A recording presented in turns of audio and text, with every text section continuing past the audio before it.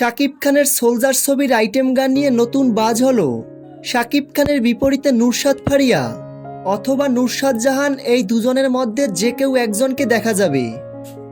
এর আগে শাহেনশাহ ছবির সুপার ড্যান্স নাম্বার গান রশিক আমার গানে শাকিব খানের সাথে নুসরাত ফারিয়াকে দুর্দান্ত পারফরমেন্স করতে দেখা গিয়েছিল। শাকিব খানের বরবাদ ছবির মোস্ট পপুলার আইটেম গান চাঁদ মামাতে শাকিব খানের সাথে দেখা গিয়েছিল কলকাতার জনপ্রিয় অভিনেত্রী নুসরাত জাহানকে। চাঁদ মামা গানে দারুণ নেচে মাতিয়েছে নুসরাত জাহান। সকল দর্শকদের হৃদয় নাড়া দিয়েছিল নুসরাত জাহানের চাঁদ মামা শিরোনামের গানটি। চাঁদ মামা শিরোনামের আইটেম গানটিতে শাকিব খানের সঙ্গে নুসরাত জাহানের কেমিস্ট্রি পর্দায় দারুণভাবে ফুটে উঠেছে। দর্শকদের কাছ থেকে চাঁদ মামা শিরোনামের আইটেম গানটি ব্যাপক জনপ্রিয়তা পেয়েছে। তবে এবার দেখার পালা মেগাস্টার শাকিব খান, তানজিন তিশা, ঐশী অভিনীত শাকিব ফাহাদ পরিচিত সোলজার ছবিতে কাকে দেখা যাবে মেগাস্টার শাকিব খানের সঙ্গে আইটেম গানে পারফর্ম করতে।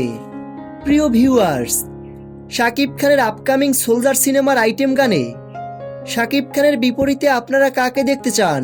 ভিডিওর নিচে কমেন্ট বক্সে কমেন্ট করে জানিয়ে দিন।